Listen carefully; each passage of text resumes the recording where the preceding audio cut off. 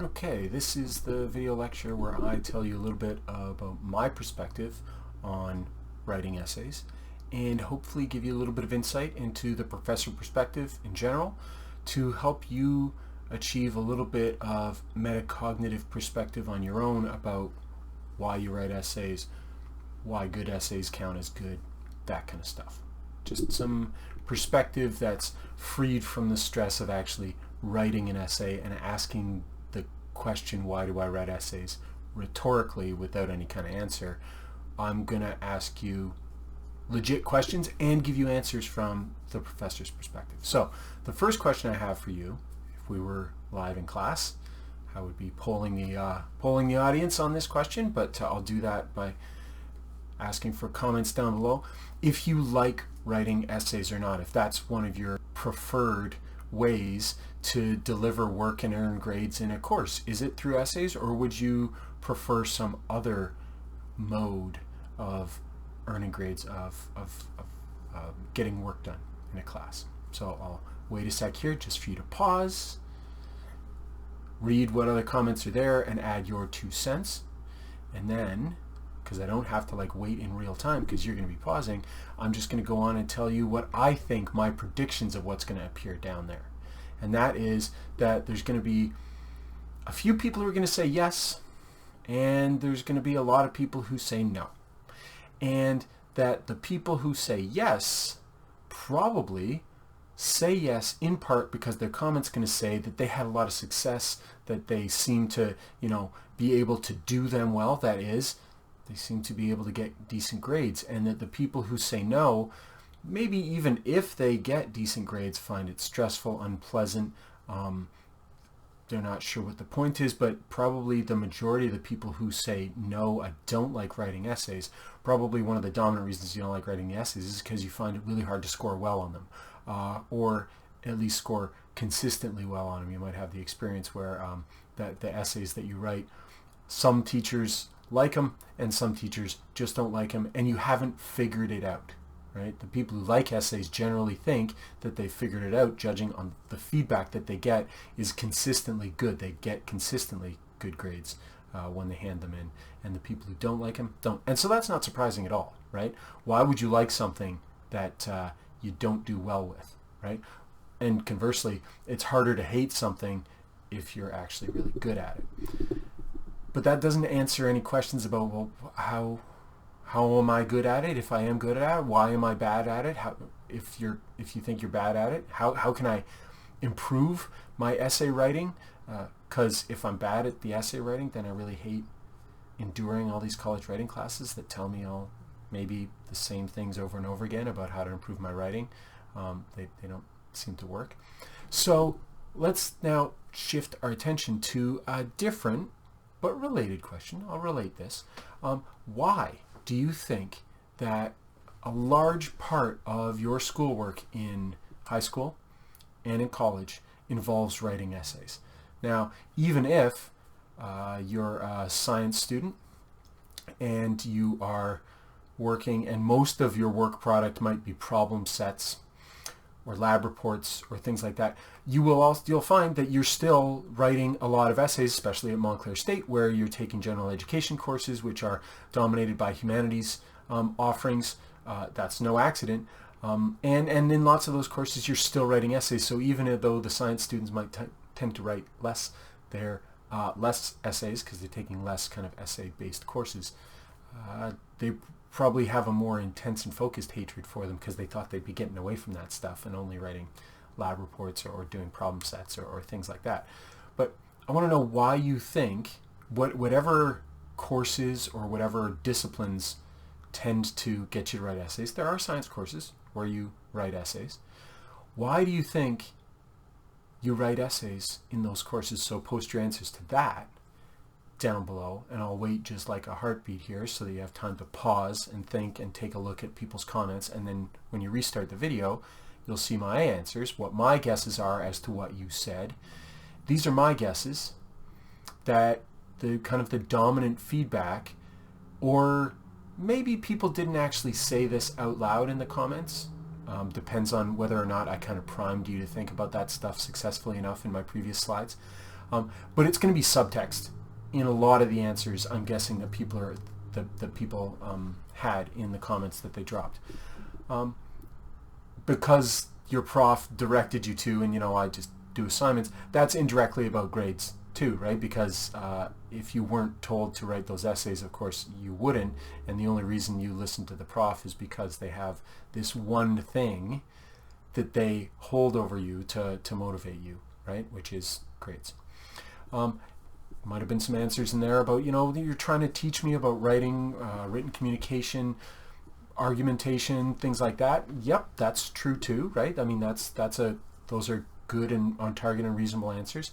And there might have been some people who said, well, this is how I demonstrate learning in the course. This is how I demonstrate what I got out of the textbook or what I got out of lectures, right?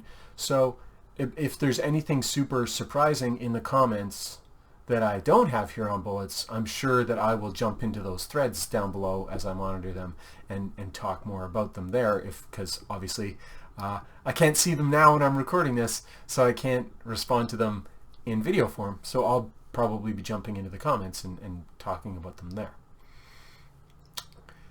These are all relatively good answers. None of these things are wrong, but it's important to realize that they're not all of the same type. Some of these are really what we would call instrumentalist answers. That is, they're not answers that are self-contained. They're referring to something else, most likely grades, right?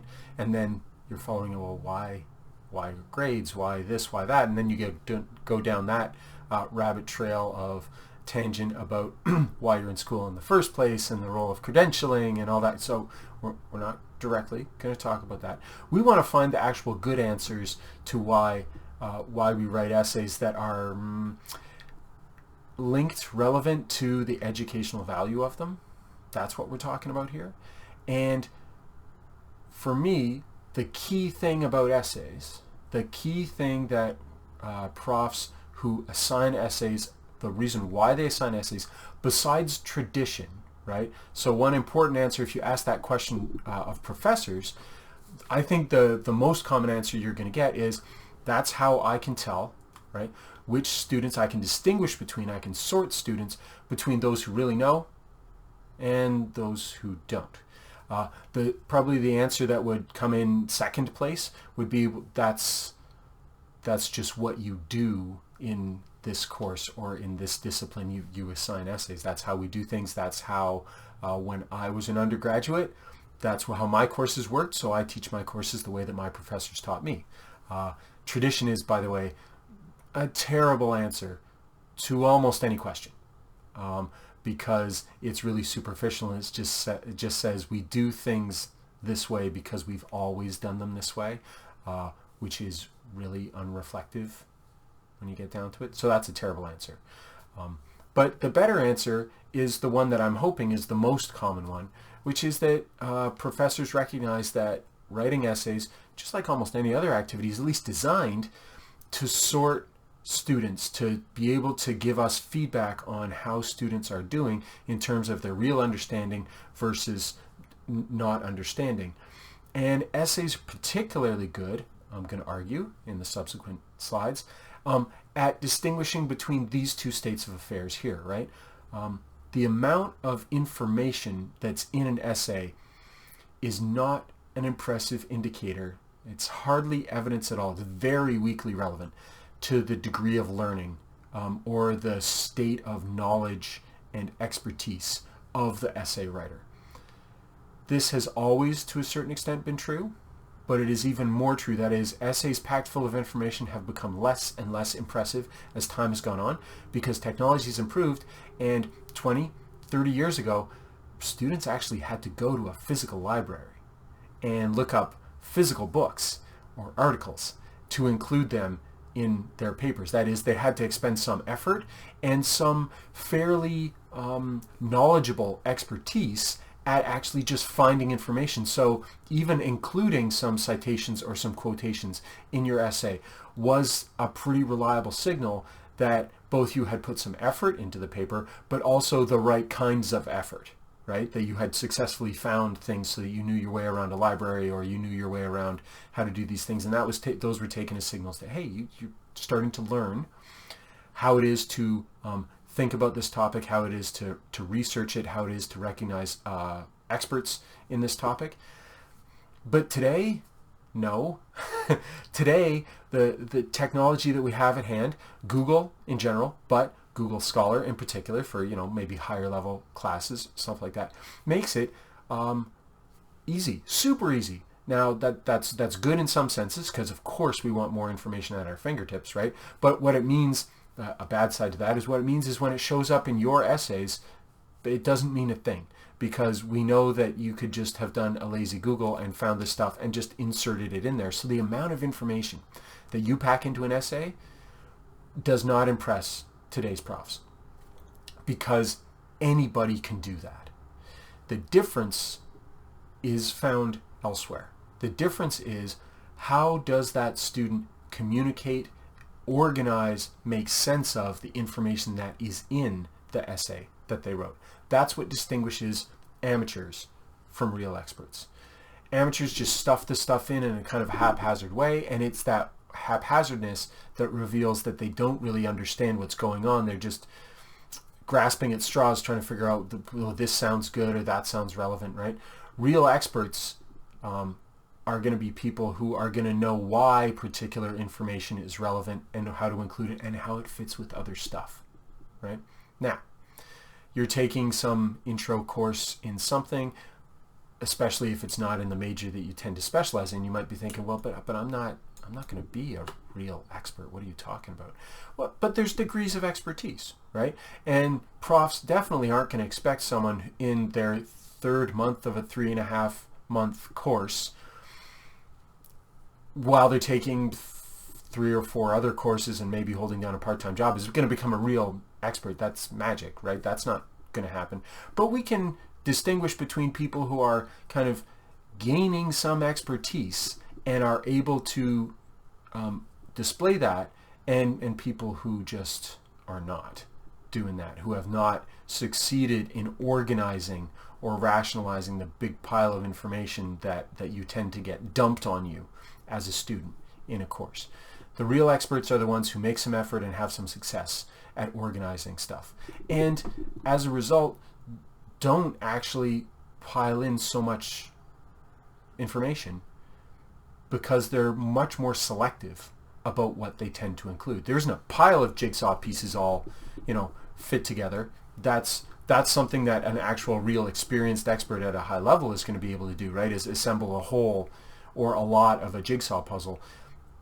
From freshmen, from undergraduates, most profs, hey, just show me where a couple pieces fit so that I can see that you're able to do it. That's impressive enough, right? That you can take the jumble of information, even though I've tried to deliver it to you, or the textbook has tried to deliver it to you with some sense-making tools already in it. I need to see that you were paying attention to that and that it sunk in, right? So show me that. Now, this question might be dangerous just given what I said. I primed you well, but it's a question I want to ask because I think that when you are instructed in how to write essays in high school, but also in those freshman composition classes, College Writing 1, College Writing 2, that there's a characteristic example or answer that you get to this type of question. So in the comments below, again, asking for a round of responses to see if we can get some asynchronous discussion going on here, right? About who essays are for and who is it when you sit down to write and you're thinking about, how am I going to structure this? What information am I going to include? How am I going to present what it is that I'm talking about? Who are you mentally representing as the reader of that paper, as the audience of that paper? So pause the video here, post in the comments below. All right. Probably some of the answers were, well, of course, the professor. I'm writing for the professor, right? I'm not sure how popular that answer is going to be. The answer, so that's an expected answer, but the answer that I was kind of fishing for here was, something that lots of people might get as a recommendation from a college writing, a composition prof, and that is you need to pretend that your audience is somebody who is mildly interested in the topic but doesn't know anything about it, right? So they might use an example, your college roommate, your mom or your dad, right? An uncle, something like that, who asks you, hey, what's the course about? That kind of thing. That's the level of information, explanation. That's the approach that you should take in writing an essay. Pretend that the person who's reading it is going to be an ignorant person, and by ignorant, of course, I don't mean anything bad by that, but just someone who's uninformed, right? So that's to give you some kind of idea about what kind of information to put in the essay, is to pretend that the person reading it doesn't know anything, right? Or doesn't know much, right? Definitely doesn't know the stuff that you have been learning actively, hopefully, in the course that you're writing the essay for, right? You're supposed to have an audience who hasn't taken that course, right? Now, what is it that you're supposed to be doing in that essay with that information for that audience? Often the recommendation is, look, you're supposed to be writing to persuade them of the things that that there's a right point of view or a good point of view about the topic that you're approaching in that paper, right? Often you'll get your writing prompts in college writing, or you get your essay topics, and they often have questions in them that are supposed to, the prof is hoping that will provoke you to argue for a particular answer to that problem, and that the goal, the measure of a successful essay in this context of writing for an uninformed person is to actually persuade that person, right? So a successful essay is going to be one that successfully educates and persuades the uninformed audience of your point of view. The unsuccessful paper, right, the not good paper, is going to be one that doesn't present the right kinds of information and doesn't argue well enough using that information to persuade the uninformed person, right?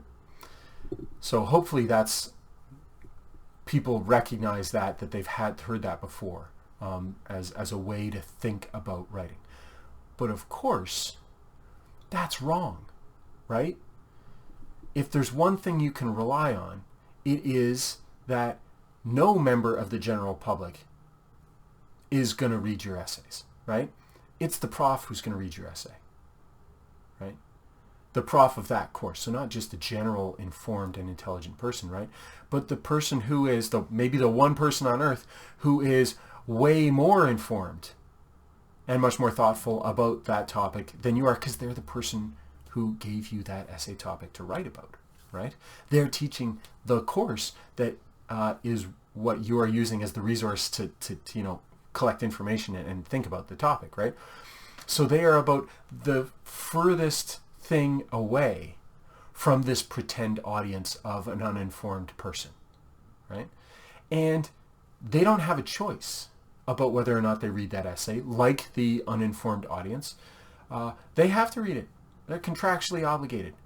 So lots of the things, so in some ways, that image of the uninformed person that you're writing for is helpful, because it does give you some cues about what level to pitch the paper at and what the kind of the goal is. But it's important to realize that all that stuff is lies, because it's not true.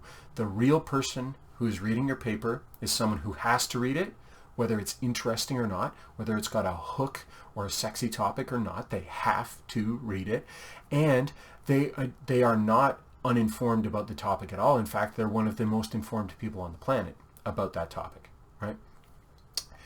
And I think that probably most of you aren't surprised by those things, but here's another wrinkle that might make that relatively helpful piece of advice about who to pretend to write for backfire a little bit. And that is the idea that it's about writing to persuade. That's helpful in a general sense, because of course argumentative papers are intended to persuade. They have an argument. Arguments are intended to do that, right?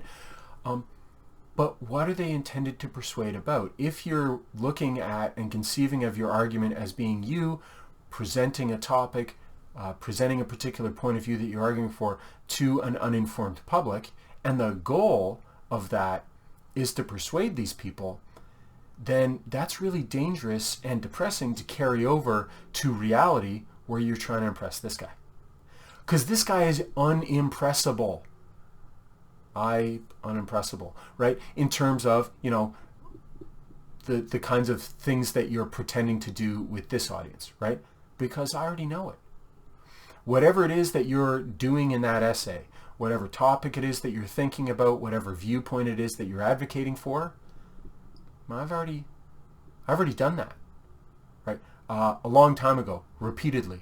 I've already come to my own conclusions about this particular topic, and not to be arrogant, but of course I can be because I've invested decades of my life into learning about this kind of stuff, but my conclusions are going to be way better than yours.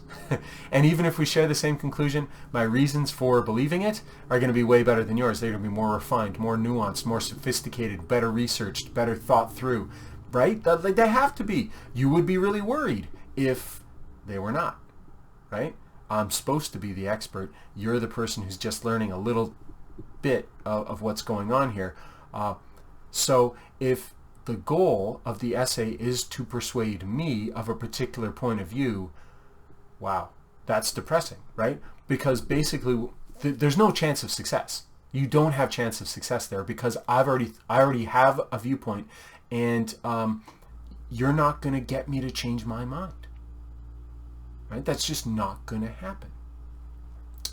So the best case you could hope for is accidentally arguing for the position that I coincidentally hold, such that we agree. And so I'm already persuaded, so your argument will be successful because I'll finish the essay agreeing with you.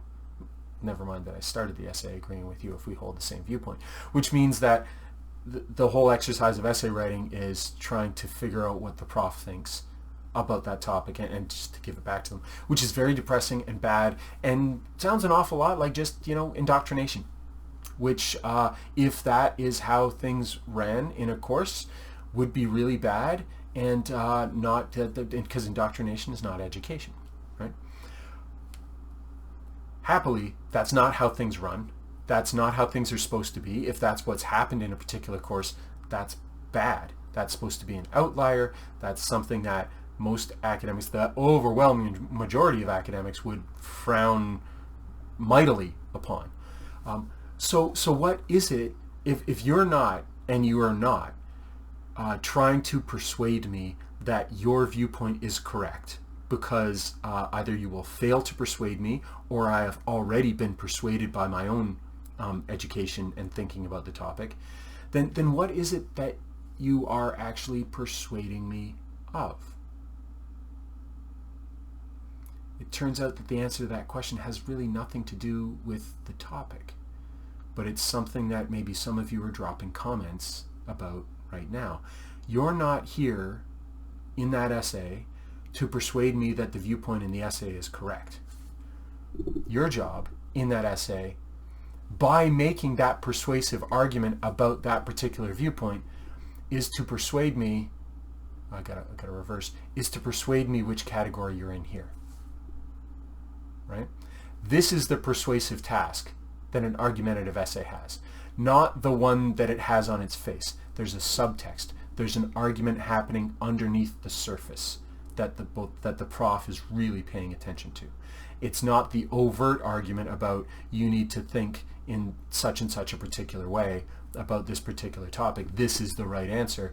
You need to be thinking, this person knows what they're talking about. That's what you want to achieve in the prof. That's what you want to convince the prof of, right? Now you can do both of those things simultaneously. But if you had to pick or choose which one to actually do, if you can't do both at the same time, if it's too complicated, or in some way those two tasks, pretending to argue to an uninformed audience to convince them that you're correct, and arguing to the prof that you understand what you're talking about, if those two things conflict, or if it's too difficult to do both simultaneously, which one is more important to do? Correct. Forget the pretend thing and focus on satisfying the prof for their particular thing. That's what you should be doing. Okay. And so you might be asking, like, why do profs then sell us this lie? Why is that a useful piece of advice when it's really totally not what's really supposed to be happening in this paper? And that's because we're lying to you so that you will go through the motions of doing that thing, because that thing that you are doing, assembling an argument for an uninformed audience, is a really reliable and insightful way to gain some insight into your level of understanding, right? Argumentation, asking someone, hey, can you argue about this? Pick a position, don't really care about the position you pick, right? And argue for it, advocate for it, right? That does what we want. That is an explicit request. Hey, don't just dump a lot of information on me. Assemble some jigsaw pieces together. Make an argument, organize things in an argumentative way, and I'll just stand back and see whether you are capable of doing that or not, right? It's not the only thing that assesses expertise versus, just information dumps. There's other ways to do that, right?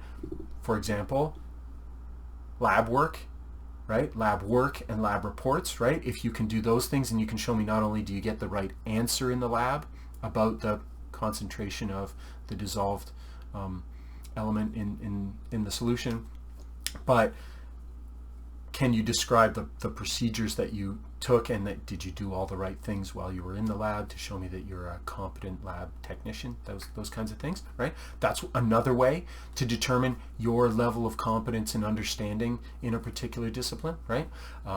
Think of almost any activity, right? Problem sets, right? For the most part, the best kind of problem sets are the ones where the prof can see your work, right? And not just get them auto-graded with here's the answer, right?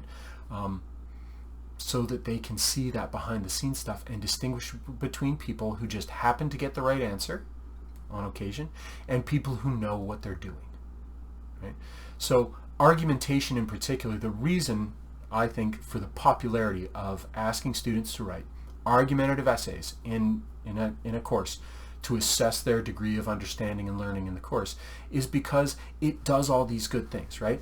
It asks you to do more than just memorize or recall facts like a multiple choice test. Now, the downside is that grading is much more laborious, right? The reason why multiple choice tests and things are just so popular is because if I'm teaching 100 students, it takes a fraction of a second to grade those because the computer does it for me, right? All the work goes into crafting the exam, and then I can reuse it if I'm not worried about it, right answers getting out on the internet, and then that's a whole tangent to talk about, which we're not going to talk about here, right? But like essays are way better than that because they're a kind of a show your work thing.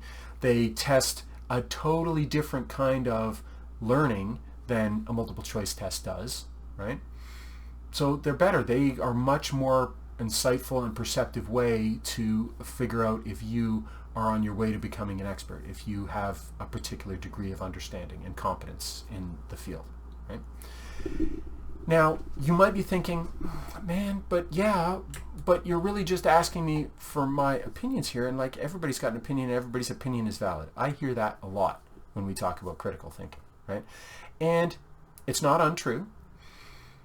Everybody's opinion is valid in a particular sense of the word valid, and that is everybody's a person, everybody's a thinking person. We want to respect the fact that people are people and are deserving of having autonomy to make their own minds up about what they think about something. But some opinions can be bad, and it's as in ill-informed, as in objectively not well supported by the evidence or other kinds of things. And it is not invalidating someone's opinion to disagree with it. It is, I would argue, respecting the person by arguing against their opinions if you think that they are wrong or inappropriate or somehow they've been misled to hold those opinions. Because you're treating that person like a thinking person to disagree with them. Because when you disagree with somebody, right, the presumption there is you're doing that because you think that they can change their mind.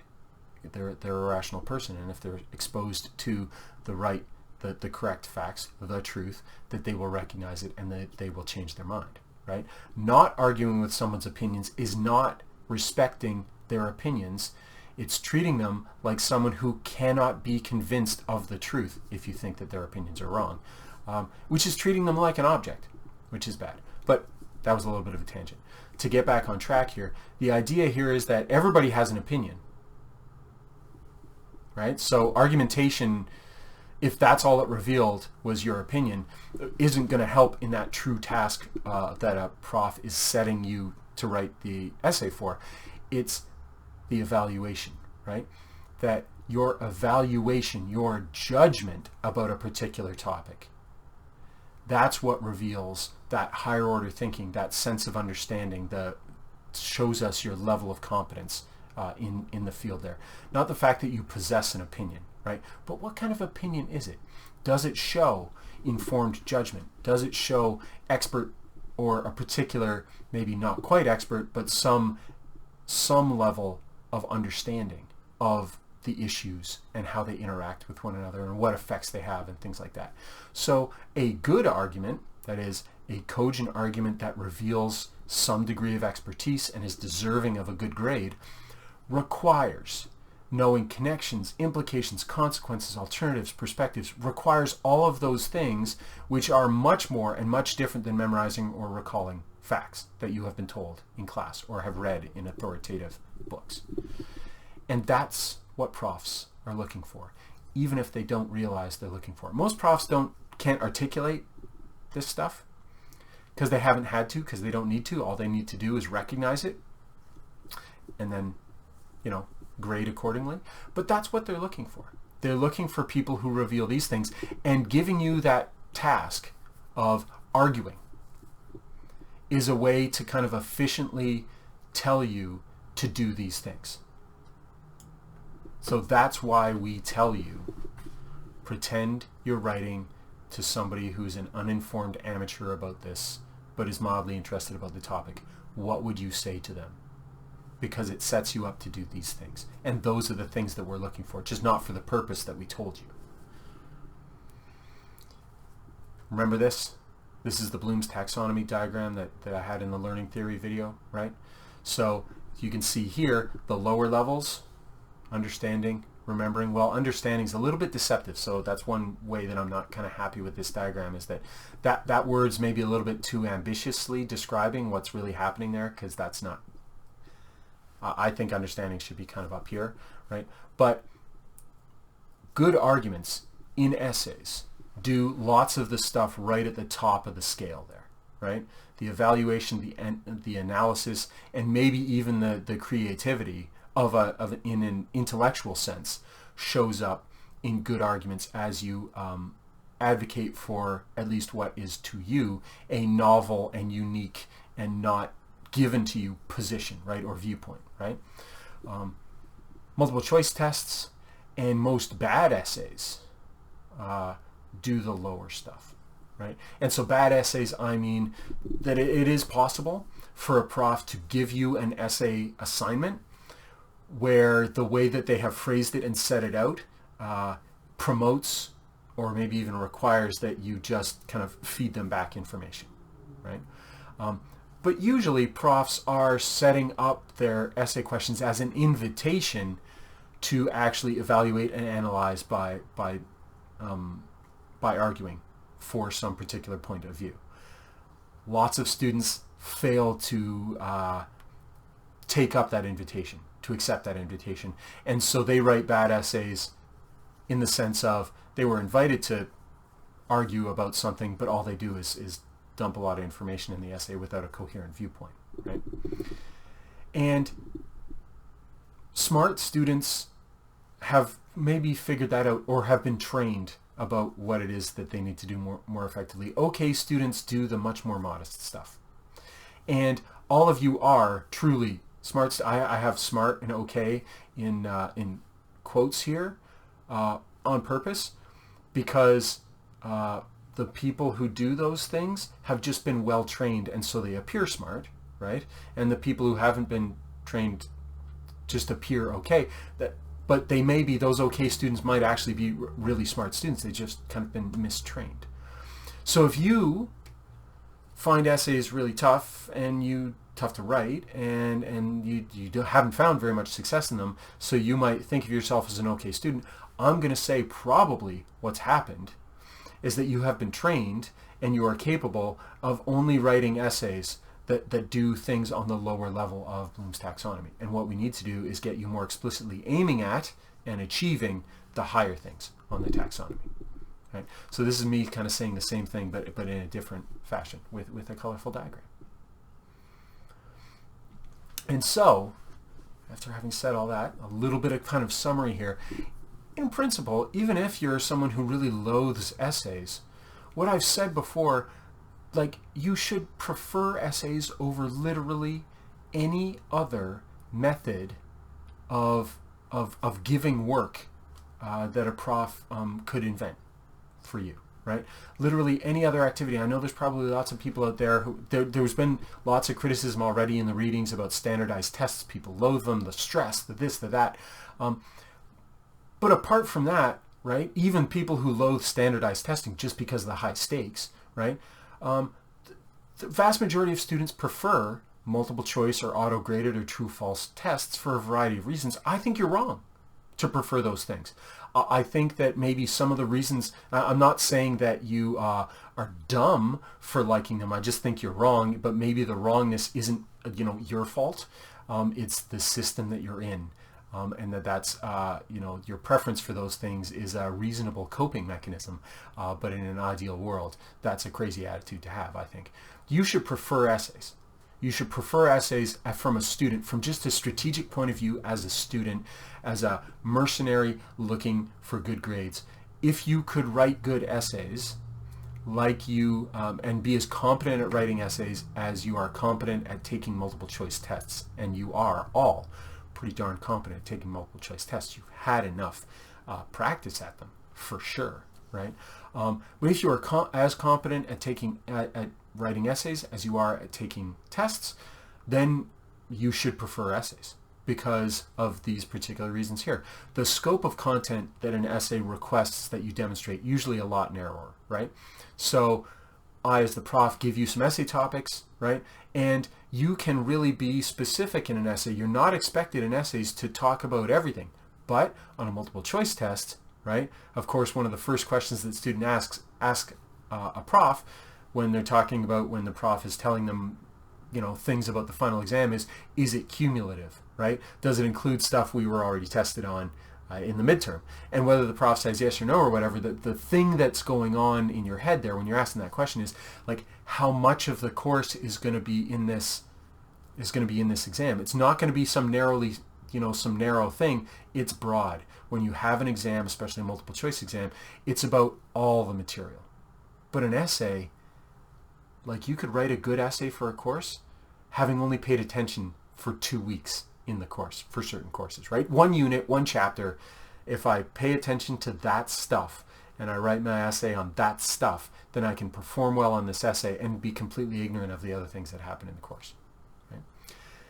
The other reason why you should prefer essays is not kind of a mercenary grade-related thing, and that is that I think that the studying, the learning, the reading that you have to do for essays in the course of writing a good one are definitely more conducive to deeper learning about the topic than studying for an exam. Even a short answer exam, but especially for a multiple choice or true-false exam, right? And so that's another reason you should prefer essays, because your learning will be better when you have to think it through the way that an argumentative essay, writing a good argumentative essay, requires you to think stuff through, right? There's not a lot of thinking stuff through for studying for multiple choice exams. There's a lot more memorization. All the mental activity is low on the Bloom's taxonomy for that stuff. But maybe the best reason why you should prefer essays is the last one here, and that is that the control over the work is more in your court, right? you pick from a selection of topics, right? It's very rare when the prof says everybody in this class must write on this. We give you a choice. You get to pick the one that you know the best and not pick the ones that you don't know or know the least, right? When I give you an exam, I'm in charge of what topics get covered, usually all of them, right? I'm in charge of what the questions are. In contrast with essays, even if I give you a selection of topics, there's a further choice in that you get to ask the particular question. That is, you get to pick your thesis or viewpoint to defend within that topic, right? And a topic has room for thousands of different viewpoints that are topically relevant, right? So you have so much flexibility in choosing what to write about. And even after you pick your thesis or your viewpoint, you still have further flexibility in choosing what aspects of the course to bring in as part of your job at playing to persuade me, right? Pretending to persuade me that your point of view is correct. So you have so much more control and choice in writing an essay. So if you were as good at writing essays as you were at writing multiple choice tests, then I don't think that there's any reason why you shouldn't prefer writing essays. They're better for you in that kind of mercenary sense of giving you the best foot forward possibility, right? Having the least amount of downside. And they also, on a broader sense, have a much greater potential to be actual learning experiences. I don't know how many of you would describe studying for a test as a learning experience, but I do hear back from students. Students will admit that writing an essay can constitute just that, alone time, thinking through what they're going to write. Lots of students say, hey, I remember some of those, right, are actual legit learning experiences for me.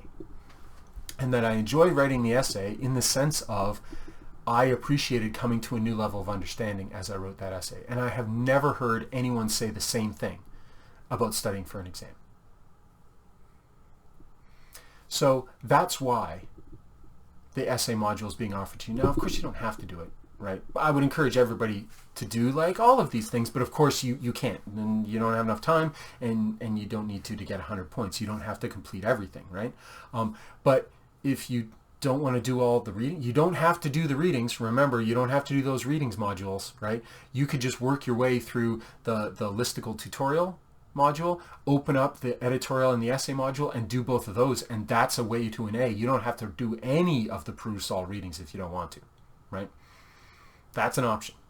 But the essay module is there, and this video is a part of it, right, to help show you, not because right now I'm just talking at you, right? And so you're going to incorporate this into your belief system only if you kind of trust me and it makes sense with things that you previously believed. Hopefully I'm doing a good job at that, right? But the most persuasive thing I could do to get you to truly kind of believe this stuff and to take it and to have it last out more than 2 weeks, right, is to actually have you demonstrate to yourself how good this kind of perspective on essays functions and how much it benefits you when contrasted with kind of your current thinking about essays and how to write them. And so that's the ambition of this essay module, is that it's going to show you how to think about essay writing. It is going to minimize the emphasis on actual writing while making you a better writer. It's going to do both those things simultaneously. It's going to make you a better writer by having you focus less on the writing aspect of it. And it's going to turn your writing process into an explicitly a learning process that doesn't have anything to do with writing. And it's going to hopefully have a couple of nice byproducts, which is it's going to improve your grades and it's going to decrease your stress, because most of the stress in writing comes from the actual writing. And since we're removing that or minimizing the role of writing here, that should help. All right. So that's the ambitions for the essay module. Maybe this is, persuading you to actually take it when you had earlier plotted to do other things. I don't know. Now, I'm going to return to the kind of understanding, being metacognizers about essays and how they work, and invite you, I know it's kind of creepy, invite you to step into the perspective of the prof, right? So instead of thinking, so another way to think of writing essays and to really kind of defuse that whole advice about pretend that you are writing to someone who's uninformed about the topic, is to think about the grader, right? To think about this explicitly in grading terms and not in what is the reader going to get out of this. But think about what the graders are looking for, right? So I've already given you lots of resources to answer that question, right? They're looking for you to demonstrate understanding. They're looking for a good argument that organizes the information, that makes sense of it, right? That demonstrates that stuff clearly, right? But they're looking for that stuff, like the organization is going to be key. That's what graders are looking for, right? Now, here are two other key follow-up questions, right, that are really important to recognize because we don't live in an ideal world, right? Graders, whether that's me, who is well paid in the grand scheme of things to look over this stuff, but still super busy, right? I have lots of other things that I am supposed to be doing as a prof, right? You are not even supposed to be near the top of my priority list, right? And things, you might think that universities are all about teaching students and stuff like that, but they're not. They're about doing a whole bunch of other things, including predominantly research, and teaching undergraduates in a gen ed course is definitely not accomplishing anything towards that end. So that explains why lots of profs might lack enthusiasm. But I'm a full-timer here, right? I have job security. I'm well paid to do this job, which is great. But lots of the profs that you are going to have in your courses are what we call adjuncts. That is, they're contract workers. They are hired to teach that specific course, and they're not paid a lot. You could probably ask them how much they're paid. I don't think anybody's going to go, wow, sweet deal, when you hear from an adjunct how much they get paid for the course that they're teaching you. They don't get paid a lot, so they're not going to be looking hard. They're not going to be looking long, that is investing a lot of time in reading your paper simply because they can't afford to do that. They have to do things quickly and efficiently because they don't have enough time in their day, because most people who are adjuncts are teaching 3, 4, 5, 6 courses just to earn enough for, a living wage. They don't have time to invest all this time that like someone like me might have to doing this. So they're not going to be looking long for the things. So they're going to be expecting. So one of the things that you need that answer helps you with is it helps you realize I have to make the grader's job easier. That is, I have to make it obvious when I demonstrate understanding so that they pick up on it easy, because they're not going to work for it. They're not going to, for example, I am not going to read your essay twice. Just not. I'm going to read it once. That's all the time I have for it. I cannot justify reading through it twice. And in fact, one of the rationalizations, or one of the reasons that I would have for not reading your essay twice is that if upon reading it one time, I don't get a good sense of what you were trying to say, that's evidence that you weren't really saying anything and that you didn't understand what you were trying to say yourself, so you deserve the grade that you got, right? And in fact, essays that are easy and quick for me to read, if I'm not aware, whoa, that essay was really quick and easy to read because it was really clear, it was really well organized and laid out, even if I'm not consciously aware that that essay took, not a lot of time to read, I will get that intuitive sense that this essay was an easy read, and that contributes to my positive opinion about the essay. In contrast, if I have an essay that is difficult to read, it's super disorganized, right? So it's hard for me to figure out what's happening at any particular time. It's poorly written in terms of grammar and composition and stuff like that, so I really have to suss out, I have to figure out what it was that you were even trying to say here. Then it's harder for me to give you the benefit of the doubt that you knew what you were talking about, and I become much more it's much easier for me to become aware of how much time I'm spending reading your essay, and that makes me cranky, right? And all of that, and then I think, well, man, how good of an understanding would they have if they can't pitch it better, if they can't present it better than what they've done here? All of that stuff tends to give you a lower grade, right? So I'm not going to look hard for evidence that you understand. That evidence I'm really expecting is going to be like front and center, nicely presented to me. So keep that stuff in mind, because subsequent videos I'm going to revisit this, stick a pin in it, because we're going to come back to it, right? These are some of the reasons why you want to have a really clear, in my opinion, a really clear style, and one that doesn't have crap mucking it up and anything in there, is that you have to put yourself in the role of the grader. A grader under a time crunch. At the end of term, they got 50 papers to read and grade in 3 days, right? That's not a lot of time per paper, right? And if they have 2 or 3 classes like that, man, they're not going to be, sitting back in a couch, leisurely red penning everything and really considering what you have to say. No, they're blazing through these things, right?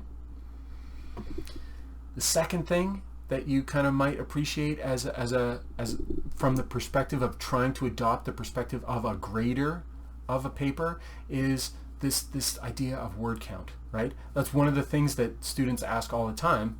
If I had set you guys the task of writing an essay for me, you would expect to get some either a page count or, even more accurately, a word count. Typically we go with word count because that's less easy to game than page count. You think we don't know about slightly narrowing margins and making the font 11.5 in something different than Times New Roman, so that it, the kerning spaces stuff out.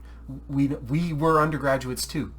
We know how to do that stuff, right? So that's usually why word count is the metric that we use. But the problem with word count, and I'll get back to why this is important to know perspective, is that it's a quantity.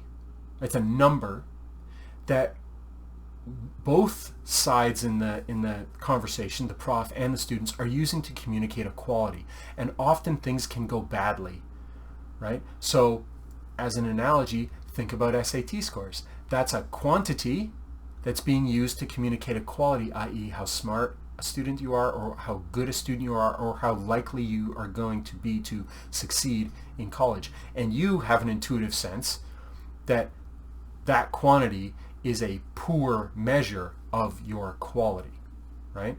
And you resent it for that. Also the stress and all that kind of thing, right? So this is another example. Word count is another example of a quantity that profs and students have used, a common language, to communicate a quality. Now, what quality does word count attempt, and usually fail, to communicate between students and profs? The depth of argumentation, right? The amount of research, right? That's what it's attempting to communicate. When you hear, I've got a 500-word paper on this, you're like, oh, well, it should be easy, should not require a lot of research at all, right? I should be able to knock that out, not just because 500 words is not a lot of words to type, right? But it shouldn't take me a lot of time, because 500 words shouldn't take me a lot of time to think about, right? In contrast, a 5,000-word essay, you get told that, and now you get a decent impression of how much work behind the scenes, pre-writing, you're expected to do. But it's still really inaccurate, and it's not a good way to communicate that stuff to you, and it's frequently underminable, and in fact it has been, right? So the prof is using word count as a quantity to try and communicate how much research, how much thinking they're expecting to see in your paper, right? And they're initially thinking about this from their perspective. Hey, if I wrote a 2-page paper on this thing, then that would be enough room for me to demonstrate this level of understanding, right? Of course, I, as the prof, can demonstrate I have this level of understanding, but then that would require 20 pages, right? But my students, I just want to see that, so I'll tell them I want 2 pages for that, right?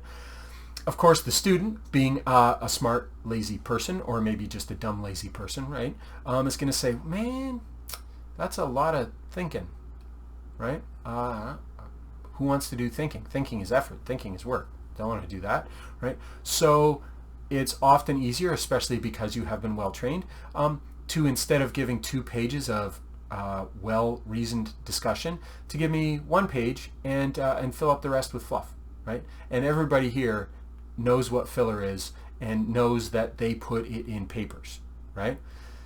the prof sees those things. So imagine we're talking about, a rookie prof. This was their first course, and they're trying to set it up, and they're trying to design their course and craft their assignments, right? So they initially say, in the first year of teaching the course, I'm going to assign a 2-page paper, right? They get results like what that student gave them, and then the next year they've learned, right? Well, if I want 2 pages and they gave me a page of fluff instead, then I'm going to ask for 3 pages, so the page of fluff, and now I get my 2 pages, right? Students in that second class come back with still half and half, right? They're trying to minimize. You're trying to figure out the minimum amount of hard thinking you have to do, and how much you're able to just fill up the rest with fluff. And then the prof might get a little bit angry and go, okay, fine, 5 pages now. There's no way you can avoid giving me 2 pages worth of stuff in there. And probably that works, right? That the student, having confronted with a 5-page paper, now it would be embarrassing to have 1 page of argumentation because it's really too obvious, right? You got to balance stuff, right? So they give the prof 2 pages of argument, right? The prof is not exactly happy because now they have to read 5 pages, of which 3 pages sprinkled throughout is just crap, stuff that nobody wants to read, doesn't help me understand your state of understanding, but at least I got my 2 pages, right? But now we're both in terrible situations, right? All the prof wanted was 2 pages of good writing. All the student wants is the least amount of work, right? And we have settled on an equilibrium, a solution where neither of us really gets what we want, or we only kind of get what we want, but with a whole bunch of stuff we didn't want, right? So it's unfortunate, but it seems like it's kind of unavoidable because I, as the prof, don't have any other vocabulary to communicate the degree of understanding that I'm looking for in a paper to a student who this is their first exposure to my discipline, to learning about my stuff. There's not good language for me to use to tell you about quality directly. So I resort to quantity, right? So it's unfortunate, but this seems to be the state that we're in. But appreciate that profs know the game that you are being forced to play, right? It's not really the prof's game to set. They didn't set this game up. They are a participant, but so are you. So don't hate the players, don't hate the students or the profs. Hate the game, but the game just organically came up. Can we break this? Can we stop this kind of thing from happening? I think we can, not coincidentally, through the writing, the essay module, through thinking about essay writing not as a writing project, but as a thinking project, as a logic project, as a argument map-based kind of thing, where the writing is just the incidental part of it, not the central core of what an essay is supposed to be about. All right, so in summary, long video, essays ideally, right, are supposed to be for demonstrating deep knowledge to the prof, to the existing expert, not on reporting information, and definitely not on persuading an amateur audience, right? But we often present essays as the persuasion of an amateur audience in order to get you to do the other good thing that we're really looking for. But you people are grown-ups now. You should be able to do the right thing without me trying to trick you into doing the right thing. I should just be able to tell you this is what I'm looking for, and you should be able to appreciate it and deliver it without us doing the kabuki theater of talking about persuading an amateur audience, right? And you guys should be able to know, at least broadly, the difference between demonstrating deep knowledge of a subject, even a subject that you're new to, and reporting information about that subject, right? It's all about organization. It's all about developing judgments and sharing and communicating those effectively to the reader, to the grader, right? And that essays being done in this way are better for you, right? They make your life easier. They make your student life more successful, and they're better for learning, right? Another thing that I didn't explicitly argue for here, but we'll learn about it, and hopefully I'll keep persuading you if it doesn't sound intuitively correct already, is that controversial arguments do better at all that stuff than boring arguments that don't have a controversial thesis. Controversial arguments do this stuff better. And another thing which I haven't argued for here today, but I will in other videos, but hopefully you will think it's kind of sounds sensible and plausible, but maybe you're a little bit more mystified about this one, and that is that a controversial argument that requires more detail, that has more word count, right? It's going to meet a word count if you do an essay that demonstrates deep knowledge, if that's your main and explicit goal, and you do it by presenting a controversial argument, that is an argument that is intended to support a controversial, unusual thesis, then you are naturally going to get more words at the end without having to do the awkward and really unpleasant task of inventing filler, right? Talking about the biographical details of some person in the intro just to beef up the word count in the intro because you feel like you're obligated to do that, but it doesn't really do anything for the essay as a whole. We don't have to worry about, that filler, you don't have to write any filler ever again and still meet word counts easily, or even more controversially, not meet word counts, but have profs not notice that you are failing to meet their word count because you're just doing stuff more efficiently. That is very real possibility that you can learn to write less and get away with writing less and still get great grades because your prof will burn through your paper super quick and be happy they did it and not even notice how short it was because it was so packed efficiently full of clearly presented understanding on your part. That's the goal. All right. So what's next? Well, the next step in this module is taking that essay and mapping it from the reverse outline that you produced, that reverse outline worksheet, map it in rationale from that reverse outline. That should be a simple thing. This is not a deep thought kind of thing. We're not at the deep thought stage here yet. I just want you to translate the information from the worksheet into the very first draft of a logic map for your paper. Okay, so at this stage, at the stage of the next assignment, I don't want you to add anything that's not already in that reverse outline worksheet. Okay, resist the temptation. Just make a map of the stuff that's in the reverse outline. That's it. And then after that, we're going to start working on the thesis in the top row and using some of the things that I talked about in this video. I'm going to drill down and say, okay, well, what are the lessons that I advocated for here? How do they apply specifically to thinking about the thesis and organizing that top row and making sure that those are solid before we start building down the rest of the essay?